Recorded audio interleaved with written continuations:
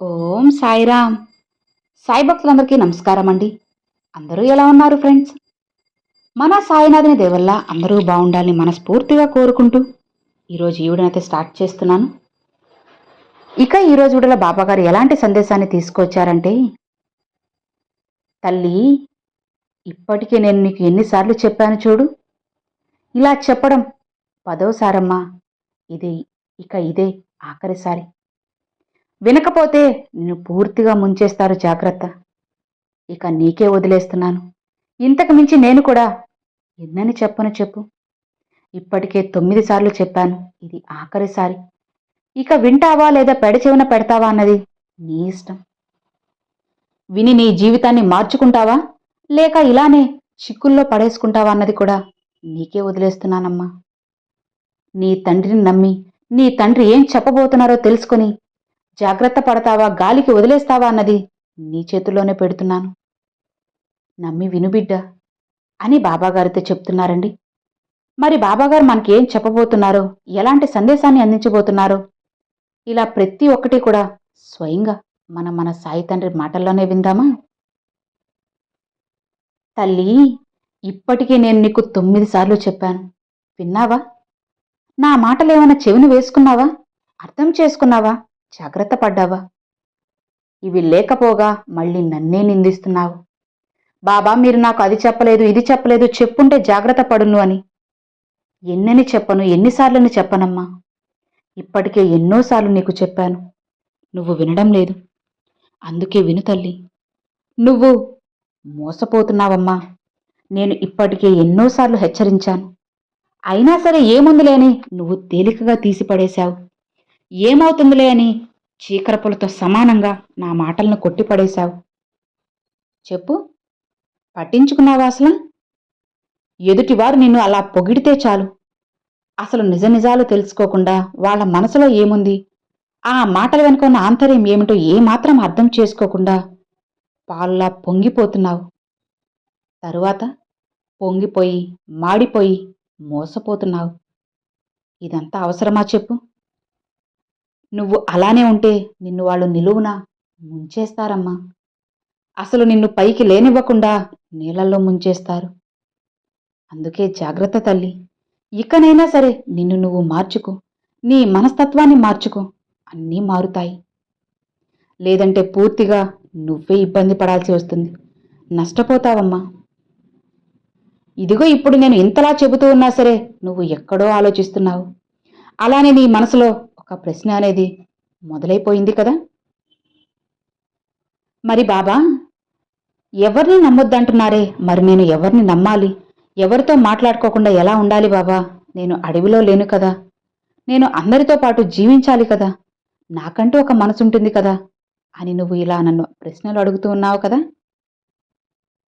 చూడమ్మా, మాట్లాడొద్దు అని నేను చెప్పడం లేదు. ఇతరుల గురించి పట్టించుకోకుండా నీ పని నువ్వు చేసుకుంటూ వెళ్ళు. ఎందుకంటే ఇక్కడ నీ విజయాన్ని పొగిడే వాళ్ళకంటే నిన్ను కిందకి లాగేవాళ్లే ఎక్కువ. నువ్వు ముందుకు వెళ్తే విజయమే నీ గురించి గర్జించి గంభీరంగా చెబుతుంది. నీ గురించి నువ్వే డప్పు కొట్టుకోవాల్సిన అవసరం లేదు కదా. అర్థమవుతుందా నీ బాబా ఏం చెప్తున్నారో? ఎప్పుడైనా సరే గుర్తుపెట్టుకో, నీ చుట్టూ ఉన్న వేల మందిని నువ్వు సంతోష పెట్టకపోయినా అస్సలు ఇబ్బంది లేదు.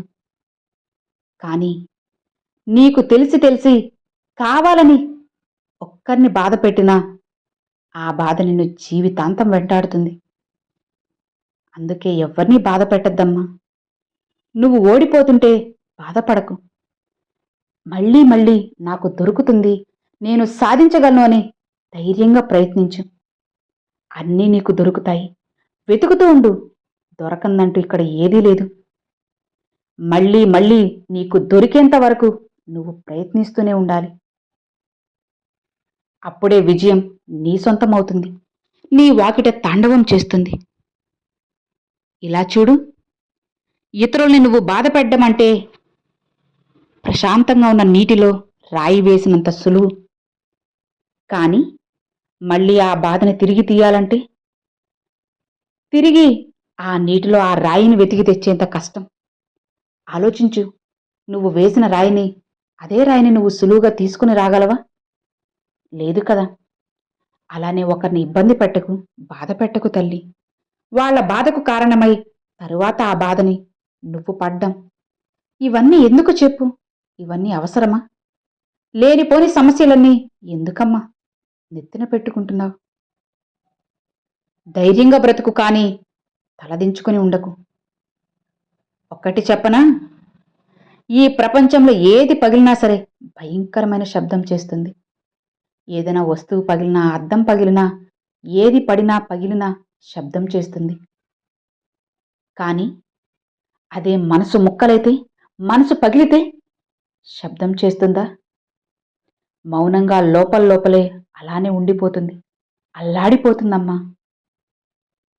ఒక్కటి చెప్పనా బిడ్డా, ఎవరి మనసైతే మంచిగా ఉంటుందో వారి తలరాత చాలా చెడుగా ఉంటుంది. అసలు జీవితం అనేది ఒక మహాయుద్ధం లాంటిదమ్మా. అందులో నువ్వు గెలిచి పోరాడగలిగితేనే ముందుకు వెళ్ళగలవు. అలా కాకుండా ఊరికే కూర్చుంటే అలా అక్కడే ఆగిపోవాల్సిందే. ఒక ఇంచు, ఒక అంగుళం కూడా ముందుకు వెళ్ళలేవు కదా. కాబట్టి ప్రయత్నించు, పోరాడు, విజయం నీకు సొంతమవుతుంది. ఒక పక్షికి ఒక ఈక ఊడిపోయిందని ఎగరడం ఆపేస్తుందా? లేదు కదా తల్లి. అలానే నిన్ను ఎవరో ఏదో అన్నారని నీ గమ్యాన్ని ఆపేసుకుంటాను, లక్ష్యాన్ని వదిలేసుకుంటాను అంటే ఎలా చెప్పమ్మా? బిడ్డా, గంజాయి మొక్క ఎంత ఏపుగా ఎదిగినా సరే మనం చిన్న తులసి మొక్కనే కదా పూజిస్తాం చెప్పు. అలానే చెడ్డవాడు ఎంత ధనవంతుడైనా, గొప్పవారైనా, పేరు ప్రతిష్టలున్నా సరే మంచివారినే గౌరవిస్తామని తెలుసుకో. నువ్వు ఇతరులకు చేసే సాయం వెంటనే మర్చిపోమ్మా. అప్పుడే అది నీకు మేలు చేస్తుంది. నీ చుట్టూ ఎంతోమంది మంచి వాళ్లతో పాటు మంచిగా నటించే వాళ్ళు కూడా ఉన్నారు. అర్థమవుతుంది కదా. వాళ్లతో కాస్త జాగ్రత్తగా ఉండమ్మా, లేదంటే ఇబ్బంది పడాల్సి వస్తుంది. బిడ్డ, గుర్తుపెట్టుకో, ఎప్పుడూ కూడా ఇతరులకి అస్సలు చెడు అనేది తలపెట్టద్దు తల్లి. ఇతరుల్లో మంచివాళ్ళని కనుక్కోవడం చాలా కష్టమే.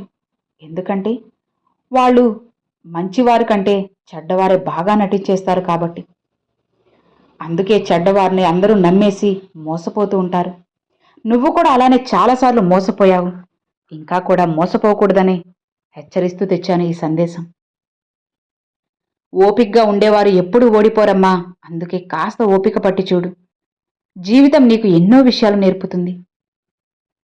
పూర్వపు రోజుల్లో మనుషులు రాళ్లతో నిప్పు పుట్టించేవారు.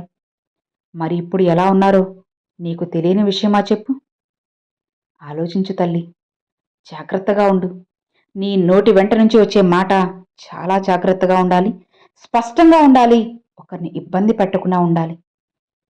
నీ బాబా చెప్పే ప్రతి మాటని అర్థం చేసుకుని నడుచుకుంటే ఇకపై నీకు అంతా కూడా శుభమే తల్లి. ఎలాంటి దిగులు, భయము, బాధ నీకు అస్సలు అవసరం లేదు. సంతోషంగా వెళ్ళిపో. ఇక అన్నీ కూడా నీ జీవితంలో మారుతాయి. అవి మార్చడానికి నీ బాబా ఉన్నారమ్మా. ఇక నువ్వు దేనికి కూడా కంగారు పడాల్సిన అవసరం లేదు, భయపడాల్సిన అవసరం అంతకన్నా లేదు. కాబట్టి ఇకనైనా జాగ్రత్త పడు తల్లి. ఇదే నీ బాబా నిన్ను ఆఖరిసారిగా హెచ్చరిస్తున్నారు అని నువ్వు గుర్తుపెట్టుకో. ఎన్నిసార్లని చెప్పమంటావు చెప్పు? ఎన్నిసార్లు చెప్పినా నువ్వు పట్టించుకోకుండా వదిలేసి మోసపోయాక మళ్ళీ నన్నే నిందిస్తున్నావు. బాబా, మీరు చెప్పుంటే నేను జాగ్రత్త పడేవాళ్ళని కదా, మీరు చెప్పుంటే నేను జాగ్రత్తగా ఉండేవాళ్ళని కదా, ఇంతలా నేను ఇబ్బంది పడను కదా, బాధపడను కదా అని తిరిగి మళ్ళీ నన్నే నిందిస్తున్నావే. ఇదెక్కడ న్యాయం తల్లి? నువ్వే చెప్పు, ఆలోచించమ్మా. నేను చెప్పింది ఏమాత్రం నువ్వు వినకుండా పెడచెవిన పెట్టేసి మళ్ళీ నన్ను నిందించడం న్యాయమేనా? ఆలోచించు తల్లి. ఇక నేను చెప్పాల్సింది చెప్పేశాను. ఆలోచించి నిర్ణయం తీసుకో. వింటావా లేక వాటిని పడేస్తావా అన్నది నీ ఇష్టం. నీకే వదిలేస్తున్నాను, నీ ఆలోచనలకే వదిలేస్తున్నాను. కాస్త నిదానంగా ఆలోచించి మంచి నిర్ణయం తీసుకో. ఎవరిని ఎంతలో ఉంచాలో అంతలో ఉంచితేనే జీవితం బాగుంటుంది, బాగుపడుతుంది. ఇక సంతోషంగా ఉండు అని బాబాగారితో చెప్తున్నారండి. సో విన్నారు కదండి, ఈరోజు బాబాగారు పంపించిన ఈ మంచి సందేశం మీ అందరికి నచ్చింది అని అనుకుంటున్నాను. నచ్చితే ఒక చిన్న లైక్ చేయండి, మరికొంతమంది సాయి భక్తులకు షేర్ చేయండి. ఫస్ట్గా మన ఛానల్ చూసేవాళ్ళు సబ్స్క్రైబ్ చేసి సపోర్ట్ చేయండి friends. Thanks for watching. Om Sairam.